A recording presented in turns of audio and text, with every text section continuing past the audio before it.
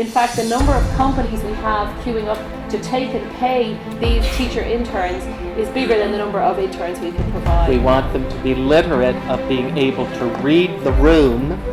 So I'm going to tell you a story about science, technology, health, and education. There's a concern around the world about how is it that we help young people develop in ways. 第一个是国际化，第二个是数字化，第三个是大学科。当然。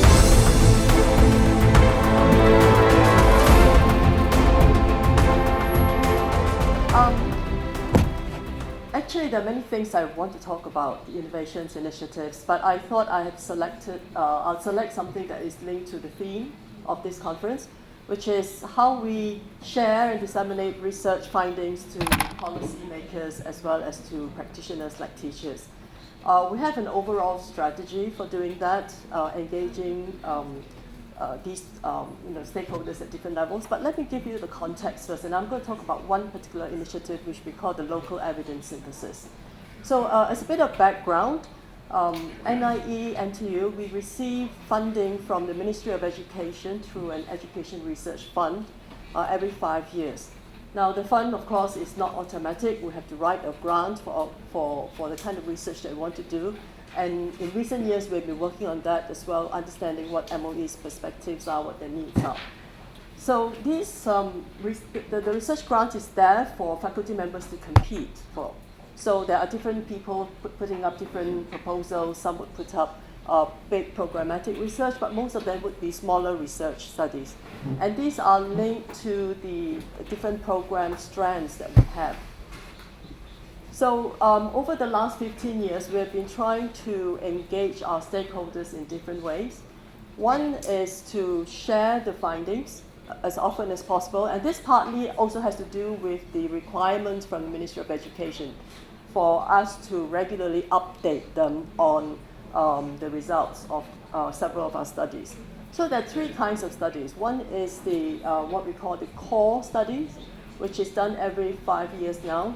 Core studies go into the classroom, collect a lot of video data, and there's a lot of deep analysis about different aspects of the instructional processes, using of textbooks, using of questioning techniques, and others. Then the other type is, as I said, these are big programmatic research. We don't have many of these, but increasingly we have more. And these are research programs where several other smaller projects are packed together under a big research theme. But what we have most have been smaller studies, tier 1, tier 2 studies by individual researchers, all falling within a particular theme. So how have we been disseminating this and sharing this? One is at the highest level for some of these big tier 3 programmatic research studies. They've been shared with the Permanent Secretary of Education, who chairs the Education Research Committee at the highest level. So we have to present, our researchers have to present the findings and also the implications. And this is one way in which we get the research directly to the policymakers. Whether or not they will take on board the implications, the discussions, is really entirely up to them.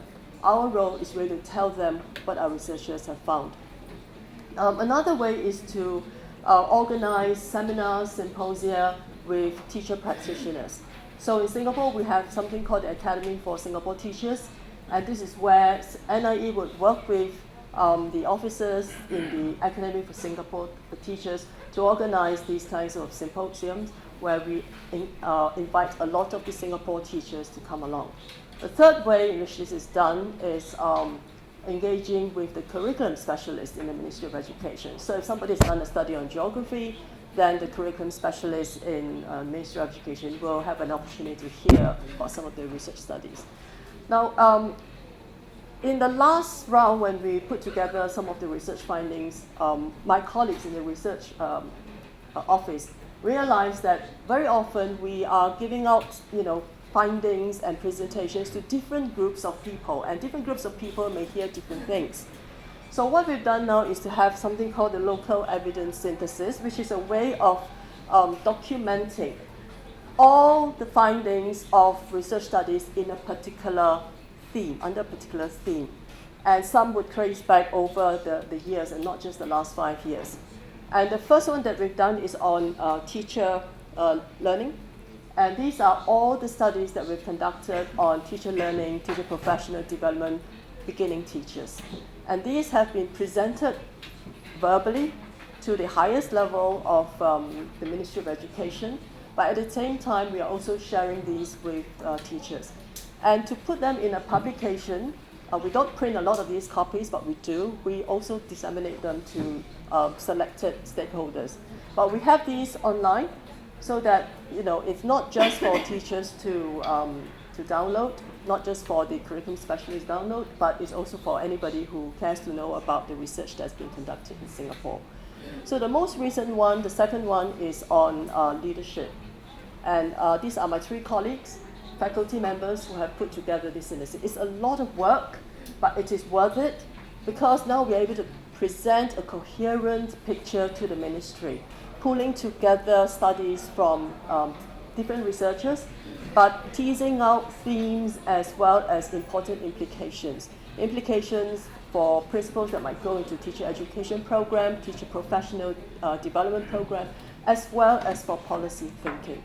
And we think that this is one way that we want to continue to do, because previously, while we have a lot of engagement sessions, we've not really had a way in which we pull everything together and distill some of the information that will make it easier for our policymakers as well as our practitioners to understand and also to appreciate. Because very often when research studies are conducted or presented, the findings tend to be presented in very, very academic terms. And for policymakers, very often they want to hear, so you've got all this, so what? The big question we have always asked is, so what? So with this, we hope to address the so what question so that we are able to contribute more to the policy thinking as well as to other ways of teacher development in Singapore.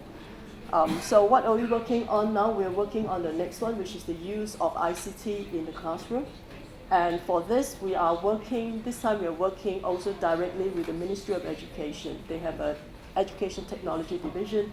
We're working with them in order to draw out very, very useful implications for the system.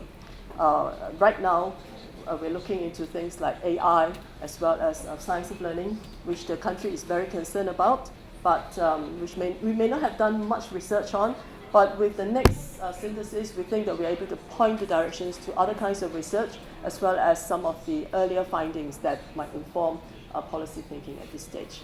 Down the road, we will also include video recordings of some snippets of these findings from some of our researchers.